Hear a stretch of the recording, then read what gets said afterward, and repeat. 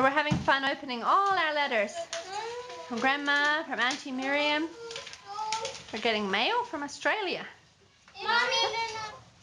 There's kittens, butterflies, Jesus, Mary. What was that one, Mussy? Oh, what does that one say? The child in the manger teaches you to say to God at all times. Ah. My Father, I trust you. My Father, I trust you. That's right. Beautiful.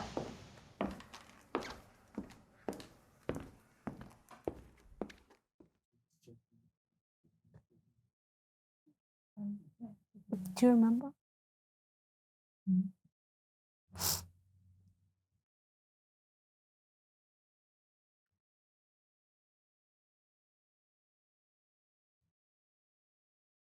It changes everything. I can put it together now.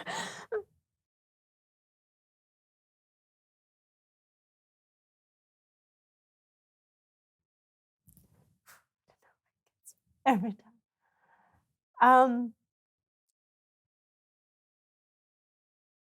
I think the fear of unknownness.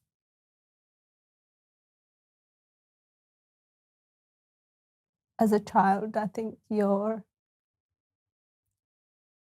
primary carer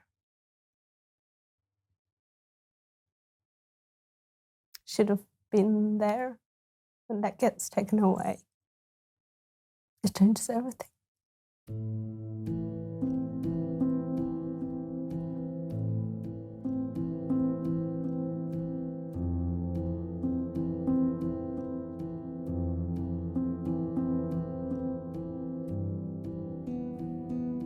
My mom's passing was quite unexpected. So it was, for myself, it's quite shocking how it happened and how quickly it happened.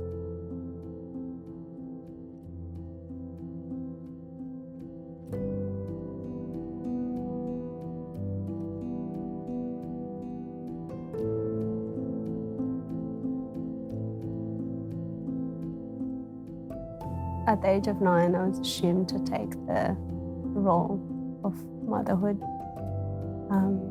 It's almost like that's what I've been trained for. I didn't even have to think about it when everything happened. Just, yeah, assume the role.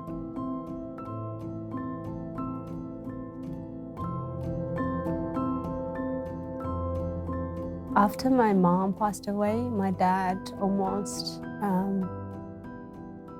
he was never really a present dad in terms of like our early life. So he was also still sick. So I think it was just, he didn't know what to do with everything. I didn't experience him being there for us, but I certainly saw the sadness and disappointment of that event. My dad decided that he was going to go back to the village that we came from to share the news with her family, or our family, her sisters. And he took my youngest 2 sisters, because at the time they didn't have school. And that was the last time I saw him.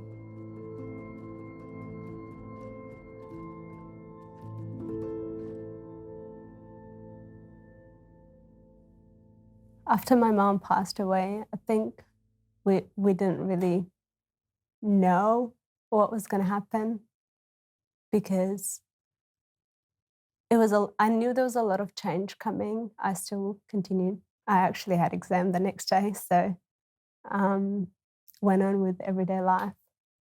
In my culture, there's a few days of processing, so I just went on about my day, but I certainly have personally a lot of questions and fear.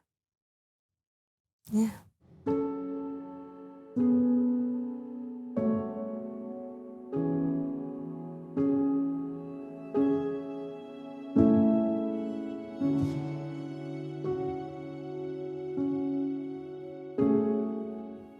an orphan, that reality hit me straight after my mom died, because she played such a huge role in looking after us and taking care of us. So within a few weeks, there was this sense of hopelessness and unknownness into the future. But I still had hope that my dad was around for quite a few months before I found out that I was a complete orphan.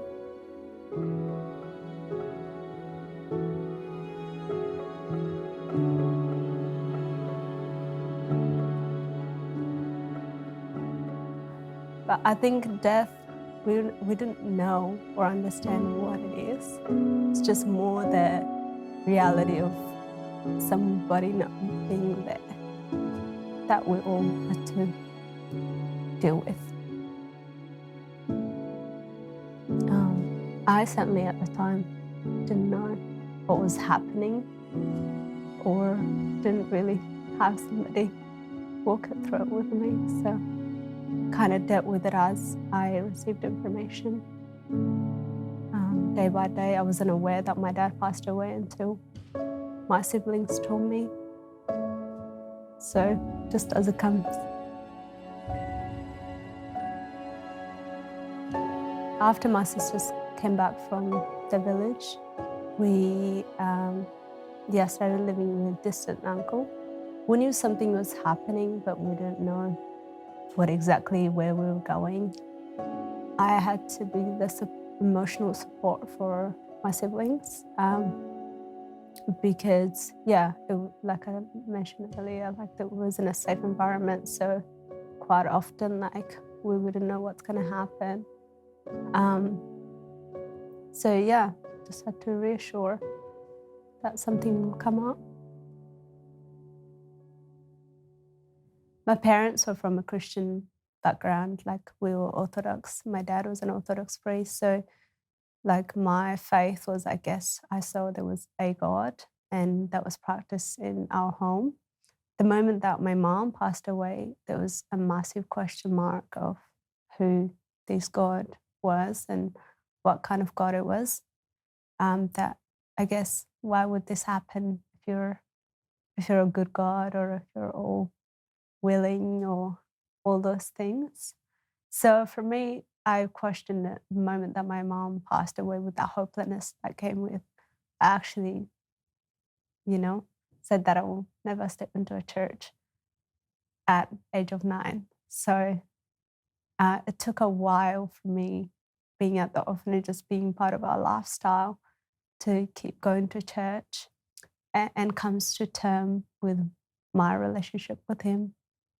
Actually took me quite a few years in there to see his restoration and his, it's almost like a daring thing.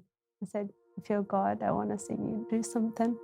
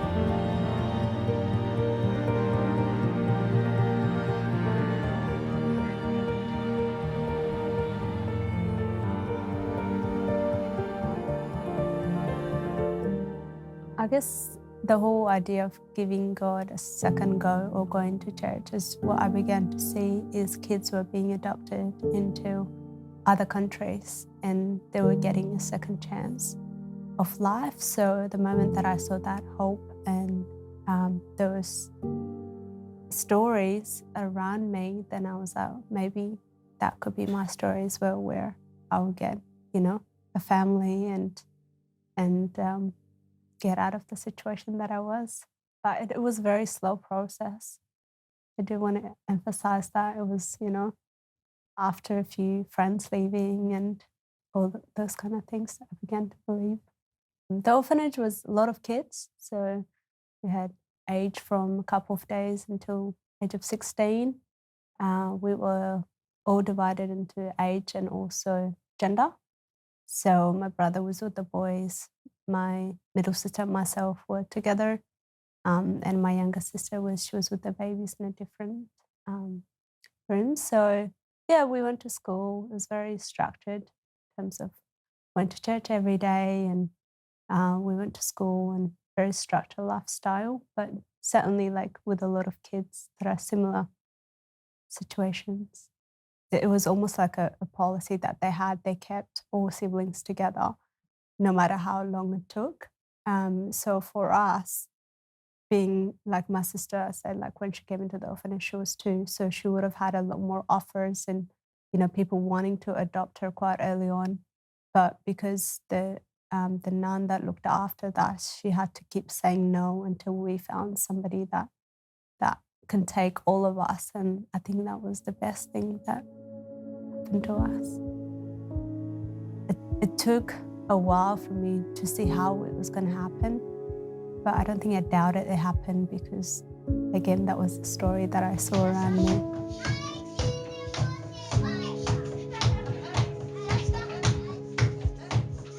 Our adopted parents didn't know anything about us or the orphanage before they came to Ethiopia or the orphanage. So even the way that we crossed into each other's lives is, almost a miracle. Like I wouldn't say it's anything that a person can plan, including the fact that, my mom was born in Ethiopia. She lived there until she was 4.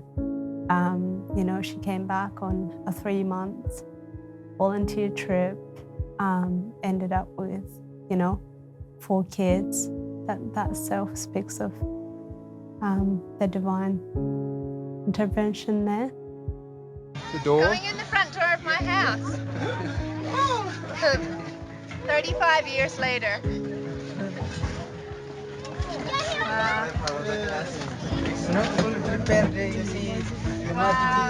It's okay. Different corridors are My mother would cook here and look out that. Yes. Yeah, there is, right. So Mom, here's your kitchen. Do you cook many meals? We're very happy. I'm very happy. We've just been to see Dr. Bulti, and he gave us a permission to proceed to go and set a court date, and it was based on the fact that Joy has been born here, lived here in total 5 years or more, and then he quickly referred us to one of his document experts who looked through our documentation, and it seems most things are in order. We have a few little things to do, but we're very, very happy. It means that the kids will be with us very soon, so I'm very happy. Thank you, Jesus, because you pulled this one off. It's your idea. All praise to you, Jesus. So what have you got there, guys? Who gave it to you? Oh, is it very nice? Yes. You're eating shankora from Siri. Once again, all praise to God that He's done this so far, and we are just so grateful. The Lord didn't say when you had to live there. She was able to start the process straight away, and the process took about 15 months by the time they started. They only told us, though, about 9 months into it. They were starting to come to the orphanage and volunteer. So we got to know them that way. They were just random volunteers, and they couldn't quite tell us. They couldn't treat us differently or anything like that, but they were around. And one day it was bang bang, we're your parents.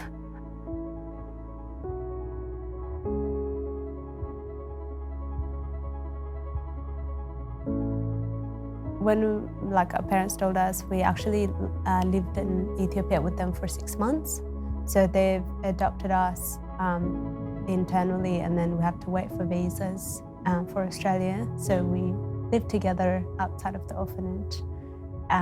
So after that, I think on my mum's birthday, the visa came. Trying to get some things for you, 3 plus for Mussy. And there were 2 big things. One, the first one we got was 4 genuine Ethiopian passports. Oh, Magda's passport. Each of you. Wow.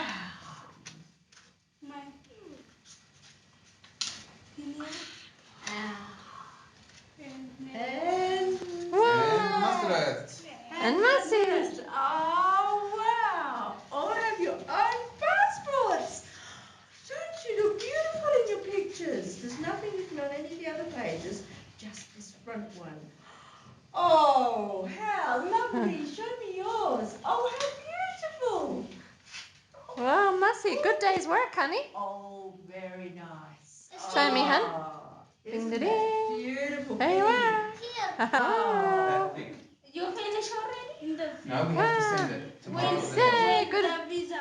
When the visa When comes. the visa comes. Mommy, did you show me my passport? It is, yeah. When we, yes, what we have is Mercy? what we do is we have the permission to go to Australia, and when we go into Australia, they put the visa in here. They put the And they'll visa put in some there. stamps in. Not here, here. Yeah, in there. So good work, Mussy and David. Yay, good work. I remember, we're getting ready, make sure my parents got heaps of Ethiopian food because I didn't know where we were going to be. So that all the spices, they packed 120 kilos of Ethiopian food, prepare for the unknown. And yeah, we arrived in Perth, and it was cold because it was June and it was rainy, but it was very overwhelming because I didn't realize that I was leaving Ethiopia until I got to Dubai. So when I got to Dubai, I looked around and I couldn't see anybody that looked like me, and that's where it hit me. I was like, oh, I've actually left home. So yeah, that's probably when it hit me that I've left my country and the new journey begins now. And then 11 hours later, rocked up to Perth into a cold weather. There was a lot of people at the airport. It was very overwhelming. Friends and family, they were excited to meet us. Hi, we're all here for our Habesha night. Aren't we, Mela? Yes, for Habesha night. Want to see Habesha clothes all around? Yeah. I became more adaptable to Australian culture and knew English very well, but I was actually losing my own culture as well.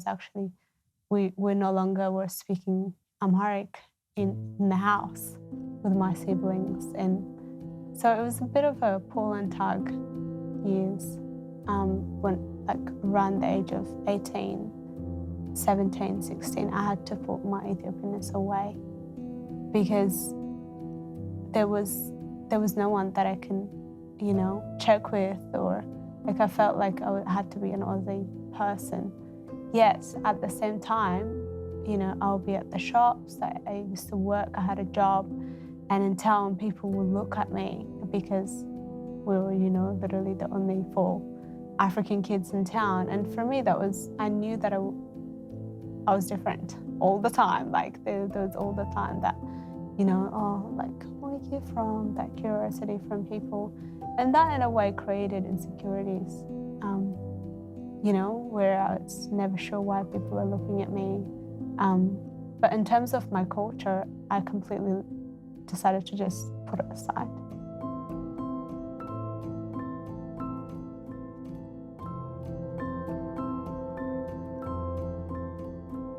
It's a hard one to say, whether I've embraced that middle groundness, because certainly during over the years after I left high school, I tried to flip to over the other side where I was, looking for people that like me. And then once I found them, hoping that I will also belong there. And it felt good for a little while. And then not long after that, I started to see my so-called white side.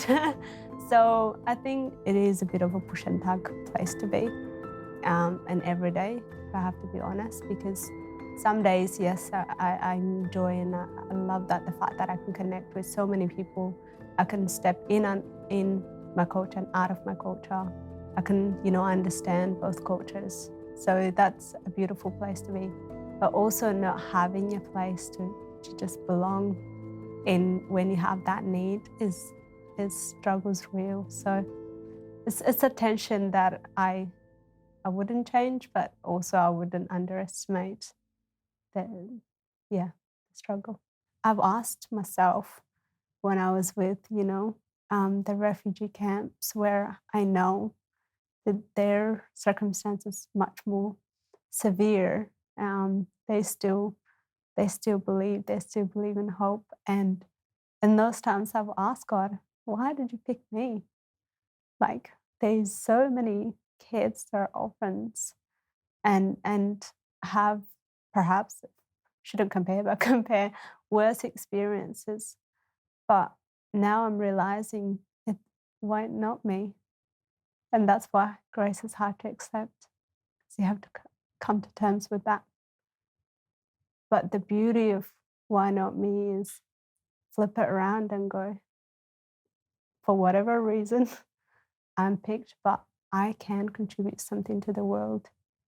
And that's where the hope is. It's good, God has called me to rewrite not only my story, but other people's stories, because other people need the voice.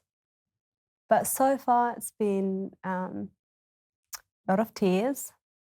So sharing my stories is part of meeting people that have been on the same journey. Has been also part of, a healing process. And the other one is just having good people that can rewrite that story for me. It's been essential. It's been a fight for those people that have been on my journey, but it's also contributed to that hope that I have what I could be. So it's a good community, having good community and good people, and certainly having a space where I can voice those experiences and reconnect with my culture, and being able to just be me.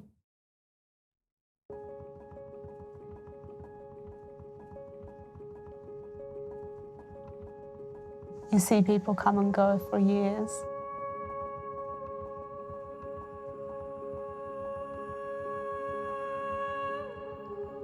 So it gets a bit hard sometimes, and I remember just going, I would look back at this time where I prayed my heart out to God. And I was just looking back to that. It's incredible. It's going, no, He did it. So, yeah. Prayer was that probably it'll be somewhere better, and that it will be much better than where I was. It's the feeling of this has been way too long, but I know it's going to happen. And when it happens, it would be a moment where we will mark it. So it was in a way, it was just like, I would look back at that 13 or 12 years ago that was, crying out to God to do something, to change circumstances. And it will happen. So it was, I would look back and laugh. And it has happened, and I have, and it's amazing.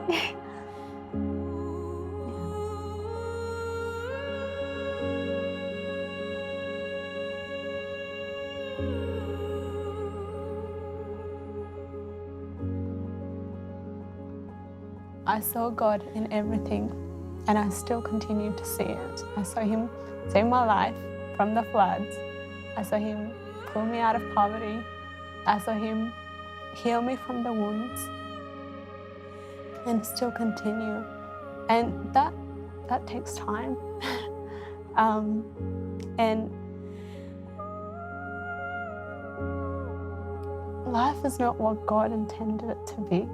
I think the first thing that I've learned is that there is a good and a bad. It took a lot of time and pain and wrestling with my faith to come to a place of, my God, reveal to me what kind of God you are.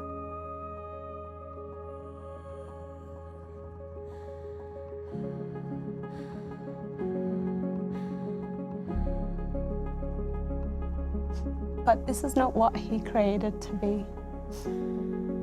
This is not the world that He wanted people to live in. But there's a better hope, and that's what sustains me. Sustains me that your experience is not what life has. There is life after this life, and that's where, Revelation, where everything would be perfect. Like, you would see your families, you would see your loved ones, you would see a friend that I haven't seen,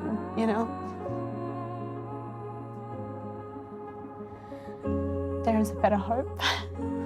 And that I found that through experiencing God. And that's where my hope rests, not my experiences.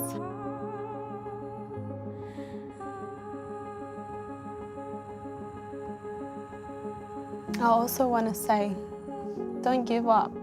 Like, don't ever give up because you're facing tough stuff. You need to surround yourself with people that can encourage you, that can speak life when you can't.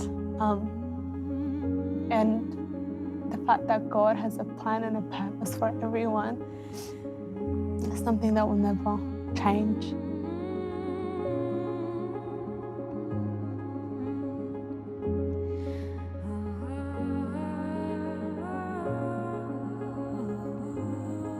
I would like to say to my adopted parents, thank you for sacrificing your time, money, and resources. And thank you for taking a step of faith in taking 4 kids at once. It has changed my life, and it has changed my siblings' life forever.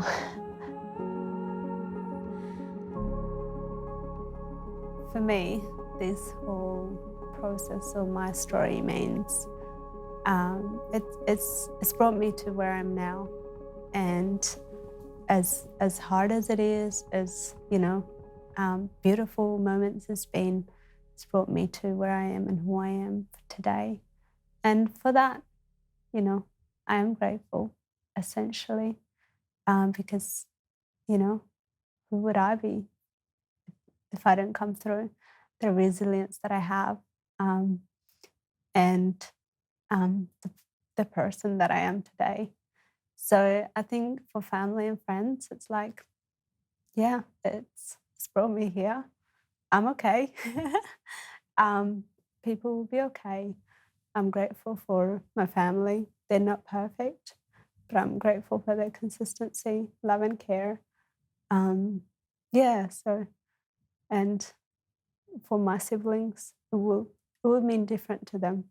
Their story and their voice will be different, but for me, I'm going to keep going. Adoption is not easy, and adoption is not one size fits all. Every story has, for me, like, I was adopted at 13 and a half, and I had to struggle through certain things like connecting with my adopted parents and attachment and all those things. Perhaps a kid that's been adopted at 2 might not be struggling with that issue. So I guess for me, like, adoption is complicated. It is not easy. And just have people tell their stories and tell it from their experience point and be open to what might comes of it. But certainly it is not easy. But it is also beautiful. it ties into, you get to have a second chance to rewrite that story. As hard as it is, it's also fulfilling. Just because a kid is adopted, it doesn't mean that is the end of their story. They will still have to deal with their past experience, the family dynamic that they came into, and who they're going to be in the future. And it's going to take the adoptive parents, to be patient, to be open-minded, even for the community to actually be open to how this kid is going to walk through life. If you want to understand an adoptee or want to come alongside them, comments like, you should be grateful, look at where you are now, imagine, all those things that are just not helpful comments to make. Because for a kid like myself, yes, it's a beautiful thing that happened, but it is also a constant reminder of what we lost. And that should not be undermined. It actually is a helpful comment to make. It's not helpful. You're saying to a kid, you should forget what you lost. And that is not, it's not helpful to their healing process. Perhaps the starting would be acknowledging, what did you lose? What does that mean to you? And that could be a beautiful thing into them seeing what they've gained. When we were in the orphanage, we were together, but yet we were separated. So we did not have the opportunity to walk through things. And when we got adopted as 4, that's when we actually started to learn to be a sibling and actually connect. So, I think that was so important for our healing.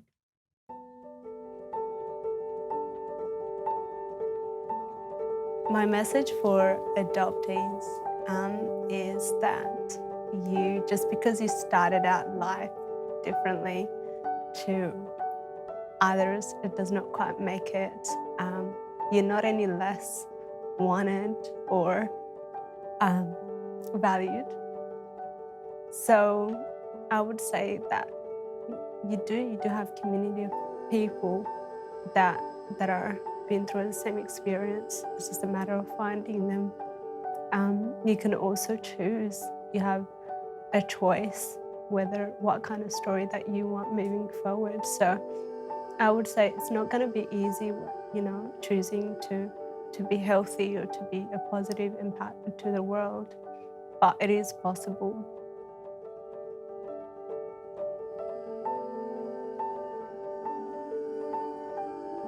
The role that I want to play in either my community or people that I come across is to be able to call them into something more than their experience, and perhaps focus on the strength that comes out of that, so that they can be a role model to other people, and they can also be a voice to others. But certainly through my life experience, it doesn't have to be what the past is. There's a beautiful future that you got to create with your struggles. And at the end of the day, I think we don't belong anywhere, but we belong everywhere.